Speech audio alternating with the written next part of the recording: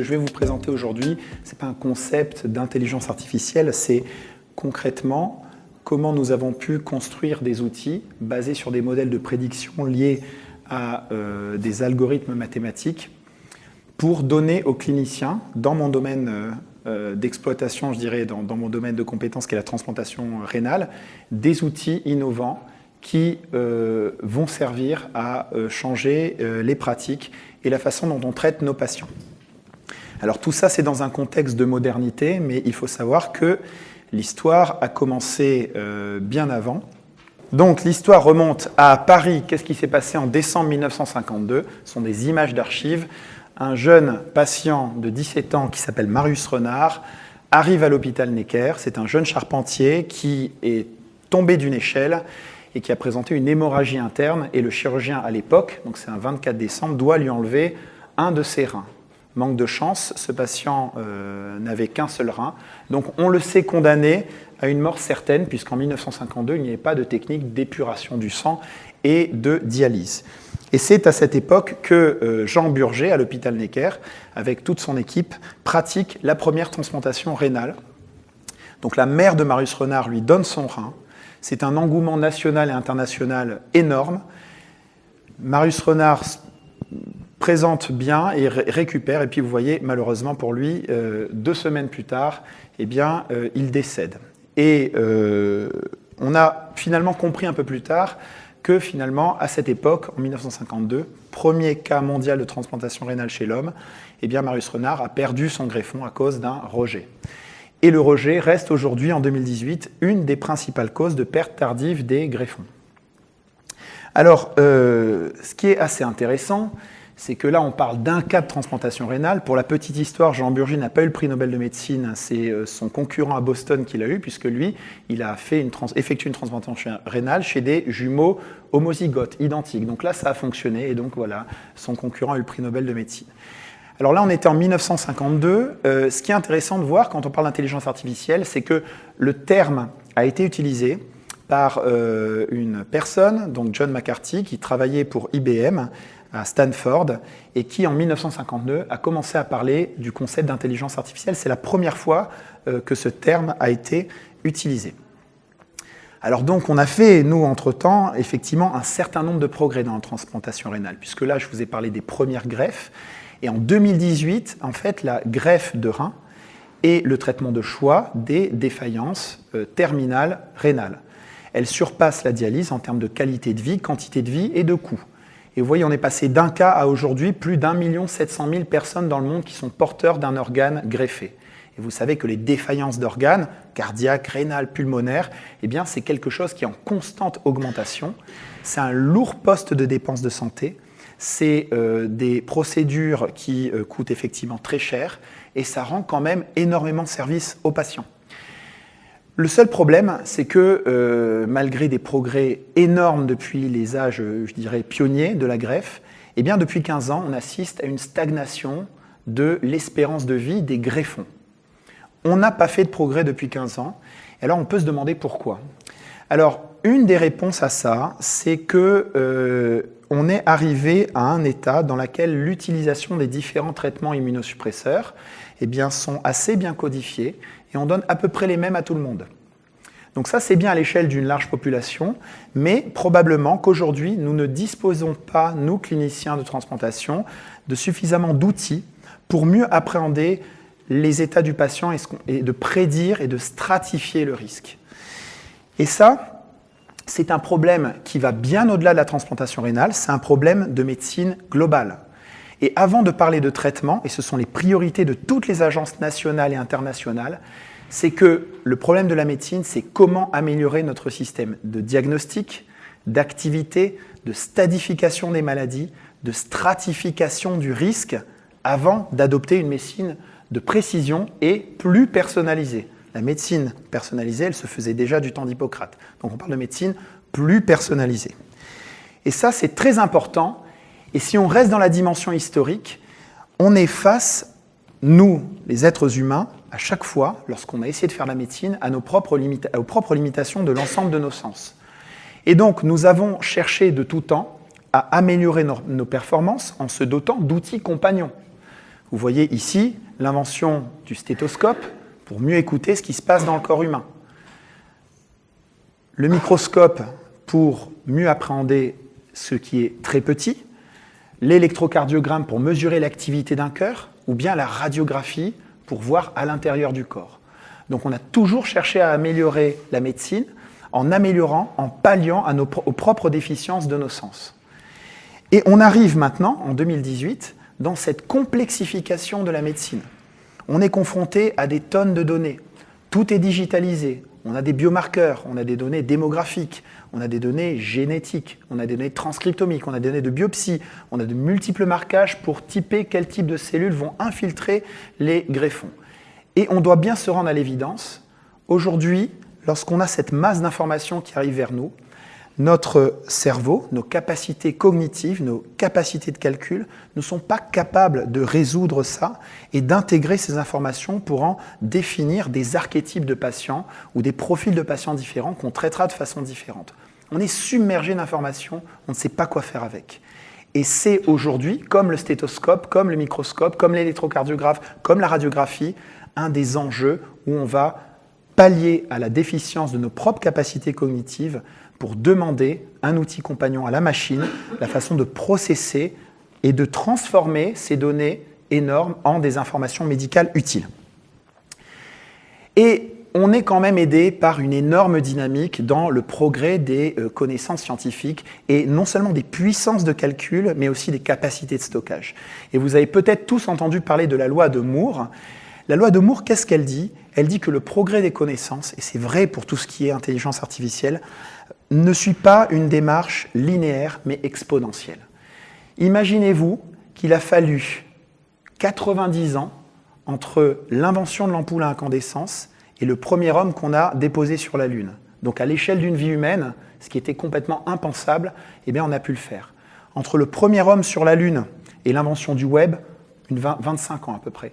Entre l'invention du web et le décryptage du génome humain, ce qui était dans les prédictions quelque chose qui théoriquement devait prendre 40 ans, eh bien ça n'a pris que 12 ans. Donc il y a cette augmentation exponentielle et il faut prendre en compte ça lorsqu'on parle de nouvelles technologies rupturantes et de la façon de processer des données. Et puis, pour mettre les choses un peu en perspective, si vous prenez cette disquette qu'on a probablement tous connue, et que vous convertissez aujourd'hui la capacité de stockage par rapport au prix à l'époque en 1980 de cette disquette, et que vous prenez cette petite clé USB qui fait 64 Go et qui vaut aujourd'hui 32 $, eh bien si vous translatez le prix qu'aurait coûté cette capacité de stockage de 32 $ en 1980, eh bien cette clé USB aurait coûté 530 000 $.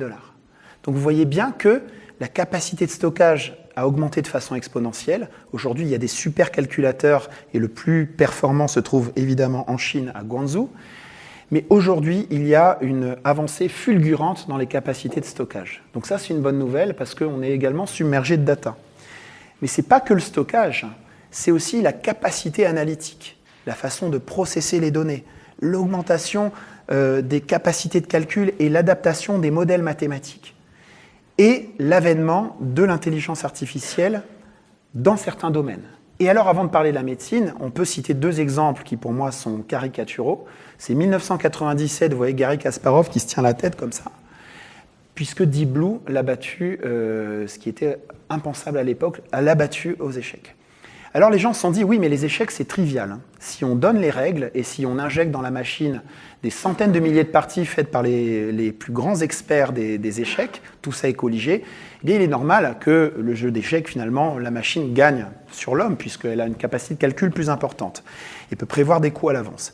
Donc on s'est dit, on va prendre quelque chose dans lequel, probablement, que l'humain a un énorme avantage par rapport à la machine, c'est dans le jeu de Go. Pourquoi? Parce que le jeu de Go répond à des règles, certes, mais aussi demande à l'être humain une capacité d'innovation, se sert aussi eh bien de capacité non pas que analytique, mais de stratégie et d'inventivité. Et donc on s'est dit, jamais la machine pourra faire ça, et donc le jeu de Go est le parfait modèle dans lequel la machine ne pourra jamais battre l'humain.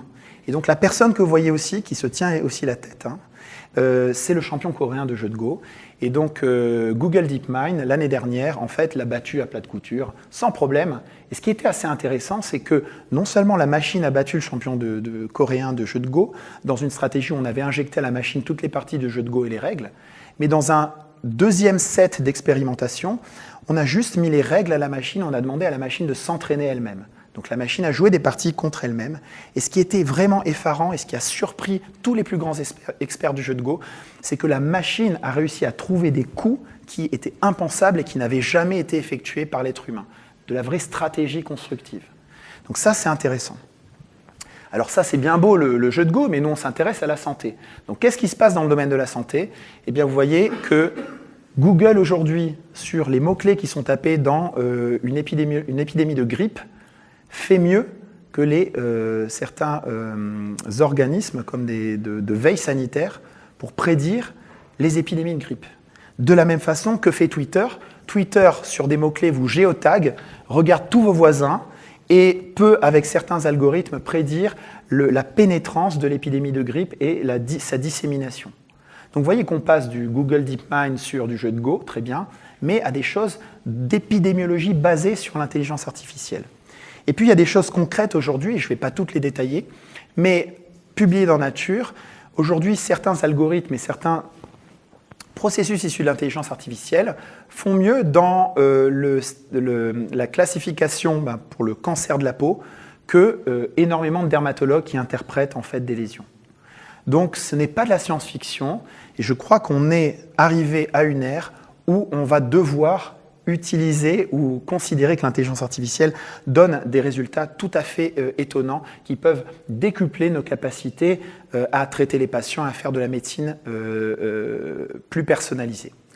Alors moi, je travaille dans le domaine de la transplantation rénale. Alors on me dira, comment Donc je vais vous montrer exactement ce que nous avons construit en transplantation rénale et quelle a été notre approche. Et j'entendais parler de collaboration, de coordination, là, mais c'est exactement ça qu'on a fait. En fait, l'avantage qu'on a en transplantation rénale, c'est que ce sont des populations de patients captives.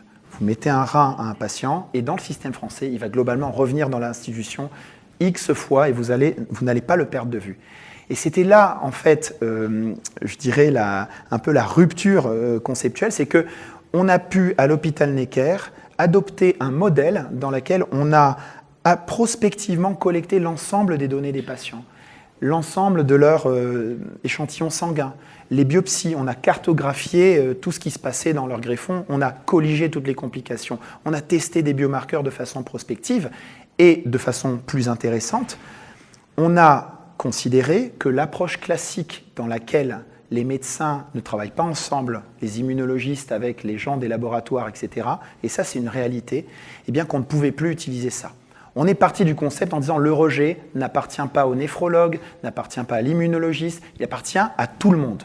Donc on est passé d'une approche classique déconnectée à une approche d'épidémiologie intégrative. Alors ce n'est pas qu'un terme, hein. Xavier Jouven, qui dirige l'unité au Parc, à la HEGP, a eu le Grand Prix de l'Académie des sciences il y a 2 ans sur cette stratégie-là. C'est ce qu'on a appliqué.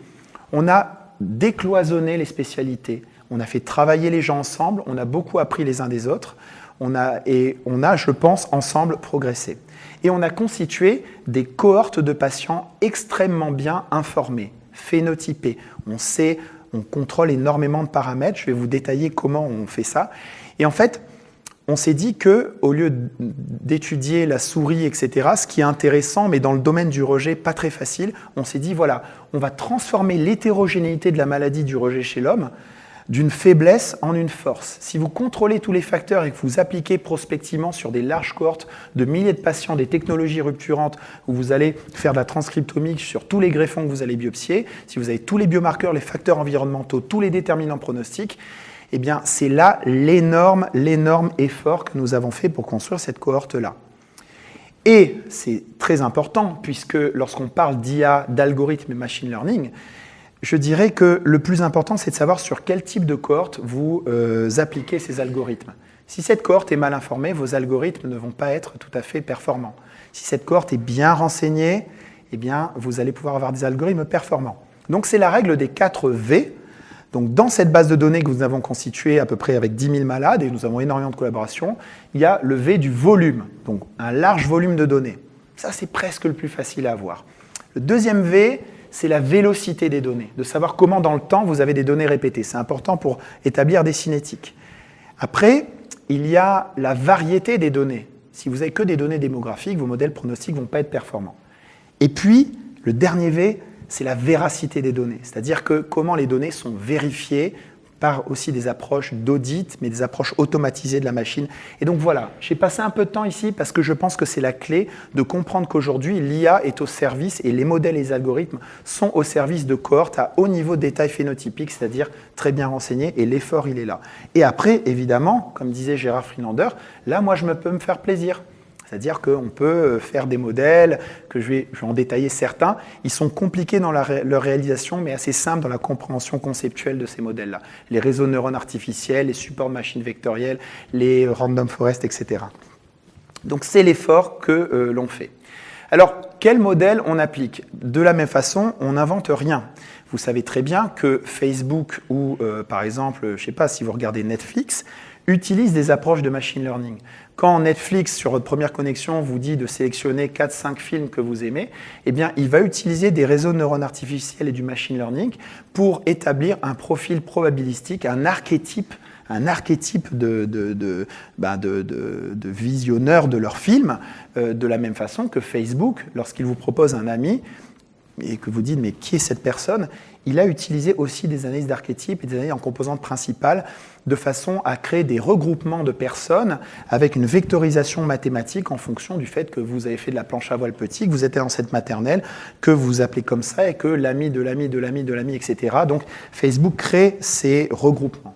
Et donc le raisonnement, c'était de dire, voilà, nous on va utiliser aussi ces algorithmes, parce que comme il y a des regroupements de personnes dans les réseaux sociaux, il peut y avoir des regroupements, des prototypes et des archétypes de patients qui se ressemblent d'une certaine façon, donc qui vont se comporter de façon homogène face à un nouveau traitement. Donc c'est ça un peu l'avancée conceptuelle d'application de ces différents modèles. Et je vais en détailler quelques-uns. Alors un point important, quand vous entendez parler d'intelligence artificielle, c'est d'expliquer que dans notre approche que je viens de détailler, nous avons obtenu des résultats concrets. Souvent, les gens qui ont un regard un peu critique disent « Oui, mais c'est de la transplantation rénale, c'est une niche. 1 700 000 personnes dans le monde, c'est très peu. Si vous regardez le cancer, les maladies cardiovasculaires, etc. » Donc la réponse à ça, c'est « Oui, c'est vrai. » Mais en fait, le point que je voulais mentionner là, c'est que nous avons publié dans les meilleurs journaux et des journaux généralistes. Ce n'est pas pour dire qu'on est les meilleurs, mais c'est pour dire que des personnes ont trouvé que notre approche dans cette niche de la transplantation était intéressante comme un concept médical global. Les analyses multidimensionnelles sur des bases de données bien informées de patients avaient un pouvoir et une puissance énorme. Et donc c'est cette approche qu'aujourd'hui, qui intéresse des personnes dans le domaine de l'oncologie, des maladies cardiovasculaires.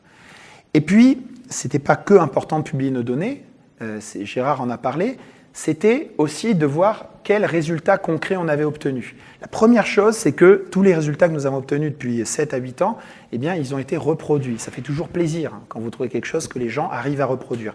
C'est une des plaies aujourd'hui de la recherche scientifique. Comme on vous l'a dit, les résultats concrets, c'était que nous avons pu complètement, par l'approche algorithmique, changer les règles d'allocation des greffons en France et aujourd'hui aux États-Unis. C'est un résultat très important. Le deuxième élément n'est pas pronostic, il est diagnostic. Nous sommes allés vers un diagnostic de précision, dans laquelle la combinaison des facteurs et les approches non supervisées, où nous, en tant que médecins, avec nos idées préconçues, on sort de l'interprétation et on demande à la machine de nous donner combien de groupes elle voit, sans avoir de biais d'idées préconçues que nous tous ici, nous avons. Et donc ces approches non supervisées nous ont permis effectivement plusieurs fois de complètement casser la classification du rejet. Donc le crédit n'est pas à mettre à moi et à mon équipe, mais plutôt à l'algorithme et à la machine. C'est elle qui a pu en fait déterminer des nouveaux types de rejets. Et pourquoi ça c'est important? Parce qu'en déterminant des profils de rejet, on est passé d'un nombre de rejets au nombre de 3, un nombre de 7, 8 et 12 formes. 12 formes de rejet qui avant étaient une seule et même entité et qui aujourd'hui répondent à des traitements différents, qui ont des checkpoints et des voies de signalisation communes ou particulières sur lesquelles on peut complètement avancer maintenant dans ce qui est le troisième point, c'est-à-dire la thérapeutique et l'efficacité du traitement.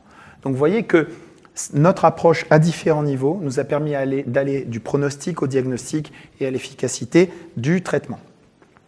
Alors je vais détailler 3 exemples concrets maintenant pour vous, avant de terminer. L'étape 1, c'était ce qu'on appelle l'integrative box, c'est tout ce que je vous ai appelé, pour le diagnostic de précision. Eh bien, on est passé, je vous ai parlé du microscope, d'un microscope classique, au microscope moléculaire. Alors c'est quoi le microscope moléculaire? C'était basé sur le principe que lorsque vous voulez diagnostiquer un rejet chez un patient greffé du rein, vous allez lui faire une biopsie, vous prenez une petite carotte de tissu, elle va être techniquée et un anatomopathologiste avec son microscope va regarder les cellules qui infiltrent le greffon, on va dire voilà, c'est un rejet de tel type. Notre approche était de partir sur le concept que l'œil de l'être humain ne pouvait pas voir ou diagnostiquer tous les processus biologiques opérationnels et la complexité de la réponse immunologique qui pouvait se voir dans un organe. Donc on est allé de la microscopie classique à une approche de microscope moléculaire dans lequel en fait la biopsie, une partie de la biopsie, elle est tout simplement mise et de l'ARN est extrait du tissu humain. Elle est loadée dans une chip, une puce à ADN qui contient en fait à peu près de l'information sur des puces de 45 000 gènes. 45 000 gènes, vous voyez, par rapport à 3-4 cellules.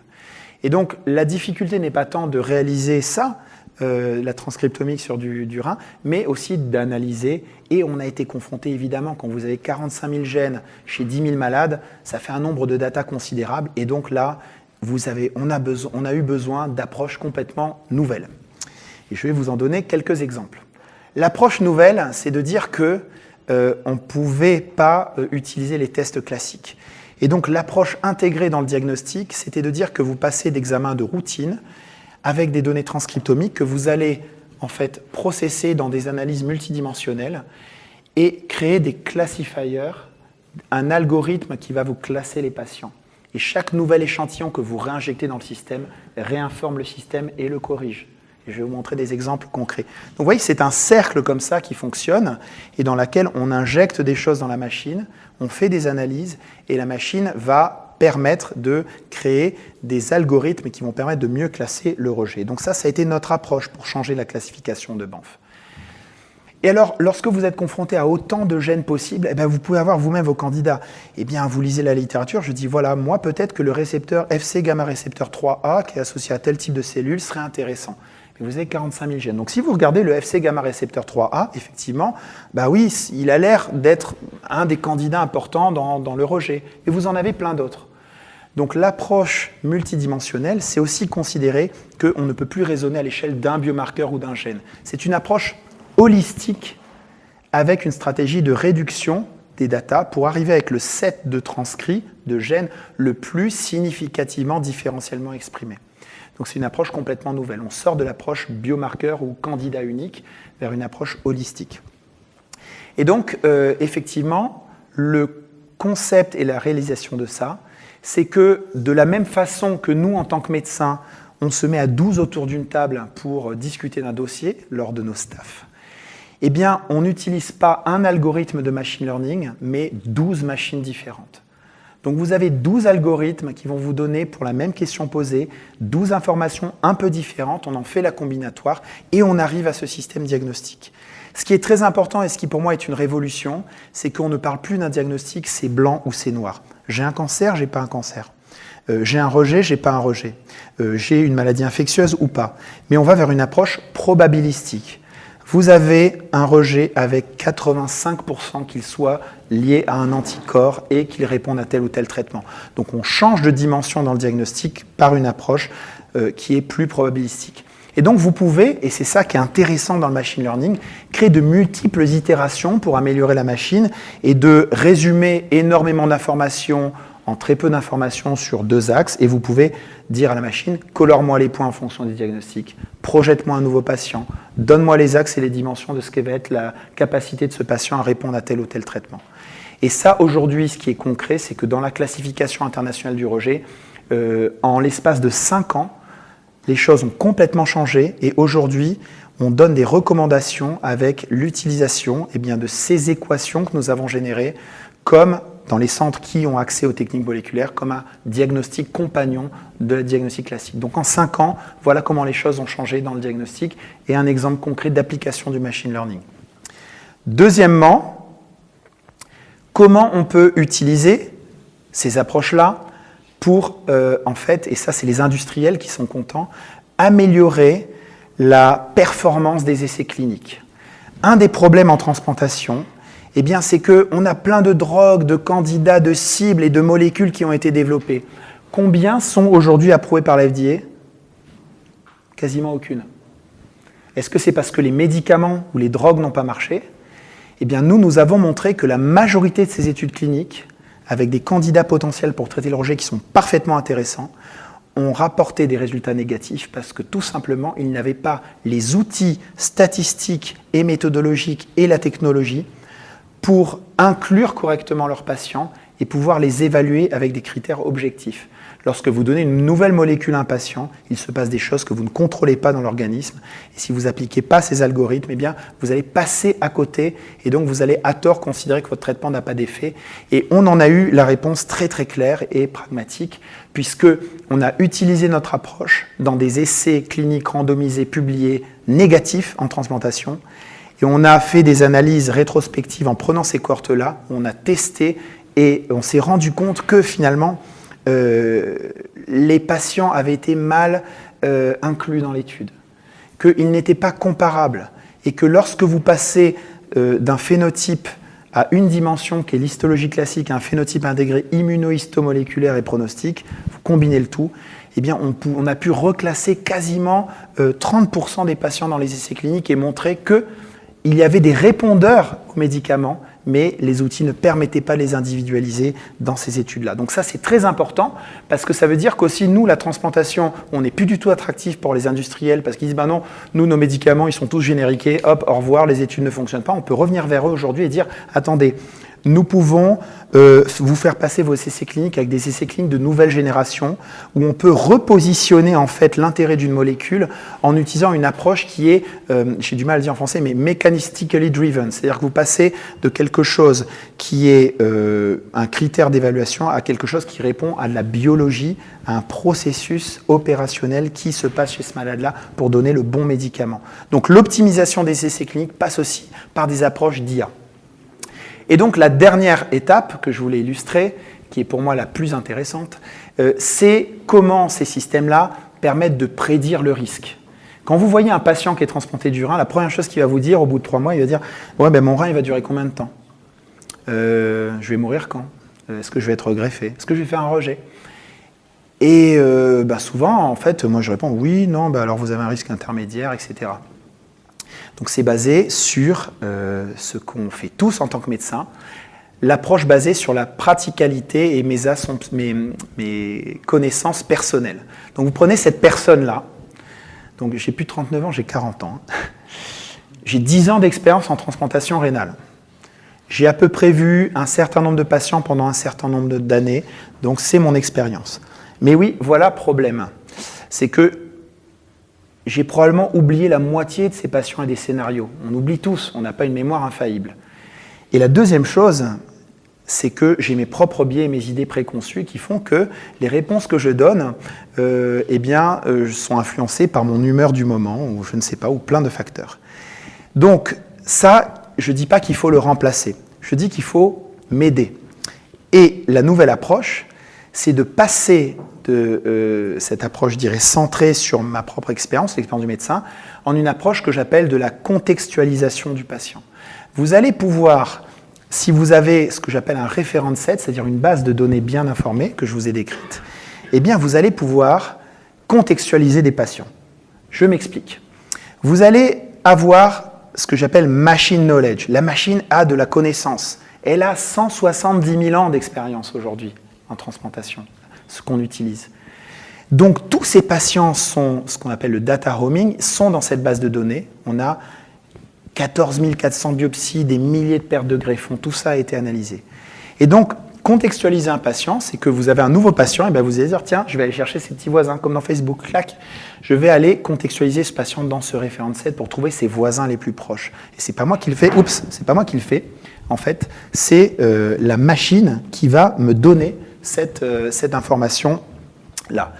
Donc ça, c'est extrêmement important, puisque je vais avoir donc aujourd'hui un outil extrêmement intéressant qui va pouvoir, alors je vais enlever ça, hop, bon, qui va pouvoir m'aider et qui va pouvoir en fait me permettre, ouais, je ne sais pas trop ce qui se passe là. Là, la machine, elle m'aide pas trop là. Hein. Ah tiens, si, hop, enlever ça. Voilà. Et lorsque j'applique mes algorithmes, je vais pouvoir valider ce que je trouve sur d'autres cohortes, mais aussi, aujourd'hui, clairement donner au médecin quelque chose, quoi. On va lui donner une information et je vais vous décrire ça après. Donc, qu'est-ce qu'on fait ? La contextualisation. C'est que l'autre jour, un industriel est venu avec un nouveau médicament en me disant « Qu'est-ce que vous pensez ? J'ai quelque chose qui traite une maladie, etc.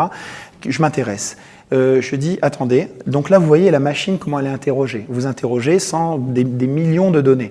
Et vous dites à la machine « Ok, identifiez-moi le groupe de patients qui correspond aux critères d'inclusion de l'industriel qui vient me voir avec son médicament. » Il m'identifie 400 patients dans mon référent set avec des probabilités conditionnelles d'occurrence de la maladie. Et il va me dire « Mais oui, mais la maladie, elle est hétérogène. C'est pas un seul groupe de patients, c'est 5 ou 6 archétypes différents avec des probabilités de survie différentes. » Voilà comment la machine peut vous aider à appréhender le design d'un essai clinique en partant de votre propre connaissance et en allant chercher les données, en contextualisant les données. De la même façon, on a pu dire à cet industriel, écoutez, voilà, je pense que vos critères d'inclusion ne sont pas optimaux et qu'il faut considérer que dans les 5 archétypes différents de patients qui correspondent à vos critères d'inclusion, eh bien, il faut considérer juste cette partie-là si vous voulez avoir une efficacité de votre traitement. Donc voilà un exemple concret de la contextualisation des données. Un exemple concret du diagnostic de précision, donc voilà ce qu'on va donner aujourd'hui aux cliniciens. Donc vous voyez, ce n'est pas non plus de la science-fiction, c'est qu'on va donner un rapport dans lequel on aura toutes ces données et la projection du patient. Et l'algorithme va vous donner ces 5, 10, 15, 20 voisins les plus proches. Et vous pouvez aller cliquer sur les voisins les plus proches pour voir quel a été le pronostic, le profil de réponse au traitement de chacun de ces patients-là. Donc interrogation, contextualisation des patients. Voilà comment ça se fait en pratique. Vous avez plein d'algorithmes et vous positionnez votre patient sur un axe à n dimensions pour donner une information quant à son pronostic, sa probabilité de réponse au traitement. Donc voilà, maintenant comment interfacer toutes ces données-là et rendre simple, parce qu'il ne faut pas que ce soit compliqué. Et bien donc, on a aujourd'hui interfacé nos résultats, et donc vous voyez, c'est une black box, vous ne voyez pas les algorithmes, mais vous avez un médecin et il voit un patient transplanté, et donc il peut aller et interroger le référent set et voir que ça, c'est un patient de 52 ans, qui est greffé depuis 1 an, qui va très bien, qui a une reprise immédiate de fonction, qui a une bonne fonction rénale avec un débit de filtration glomérulaire à temps, il a peu de protéinurie, il a un anticorps, blablabla, etc. Il a une biopsie qui montre de l'inflammation, un peu de fibrose, et voilà. Et donc, vous rentrez ces paramètres-là, et ce qu'on va pouvoir faire, c'est interroger l'algo et la machine. Bon, là, il y a un mot de passe, mais il ne faut pas le voir. Hein, et translater ça en probabilité prédite individuelle du risque de perte de greffon à 3, 5, 7 ans. Donc, voilà comment les datas peuvent informer la stratification du risque et qu'on puisse appréhender les pronostics des patients. Donc voilà ce que je voulais vous présenter aujourd'hui. Ce système iBox, il a potentiellement des impacts majeurs et je dirais bien au-delà de la transplantation rénale. Donc c'est un prototype de système qu'on aimerait exporter sur de l'hémato, de l'onco, des maladies cardiovasculaires. C'est pas non plus de la science-fiction puisqu'on est quasiment prêt aujourd'hui, vous voyez, à fournir un outil aux cliniciens. En quoi cet outil va améliorer in fine la survie des greffons? C'est ça qu'on doit évaluer. On a encore beaucoup de travail, on a encore 5 ans pour l'évaluer dans des vraies études randomisées. La collaboration est nécessaire, la machine ne s'oppose pas à l'homme. C'est un compagnon du diagnostic et du système de pronostication. La bonne nouvelle, c'est que la France à nouveau va mettre un effort considérable sur ses approches de machine learning et d'intelligence artificielle. Donc Cédric Villani a créé un groupe qui réfléchit aujourd'hui sur la façon et le positionnement de la France là-dessus. On a énormément de retard. Vous savez qu'aux États-Unis, quand il y a une bonne idée, en général, ils en font un business. En Chine, ils la copient. En Europe, on régule. Donc la régulation des bases de données en Europe est un frein énorme au déploiement de ces outils-là. Et donc on essaie d'avancer. Et ça, c'est qu'il y a une course énorme industrielle sur l'intelligence artificielle aujourd'hui. Le congrès international sur l'intelligence artificielle en données de santé, il y a 5 ans, c'était 600 personnes. Aujourd'hui, c'est 60 000. Donc vous voyez, ça va aussi de façon exponentielle. Donc je vous remercie de votre attention et je terminerai par quelques petites citations qui font quand même réfléchir. Donc en 1876, le téléphone ne peut pas être sérieusement considéré comme quelque chose d'utile. 1922, l'automobile n'est qu'une nouveauté, le cheval perdurera. 1943, le fondeur d'IBM qui pensait qu'il y avait un marché mondial pour à peu près 5 ordinateurs. Et plus tard, en 1977, il n'y a aucune raison pour que nous ayons besoin d'un ordinateur chez nous. Vous voyez que les concepts ont évolué. Et en tout cas, les algorithmes ne remplaceront pas les docteurs. Mais les docteurs qui n'utiliseront pas les algorithmes seront remplacés par ceux qui les utiliseront. Et je vous remercie de votre attention.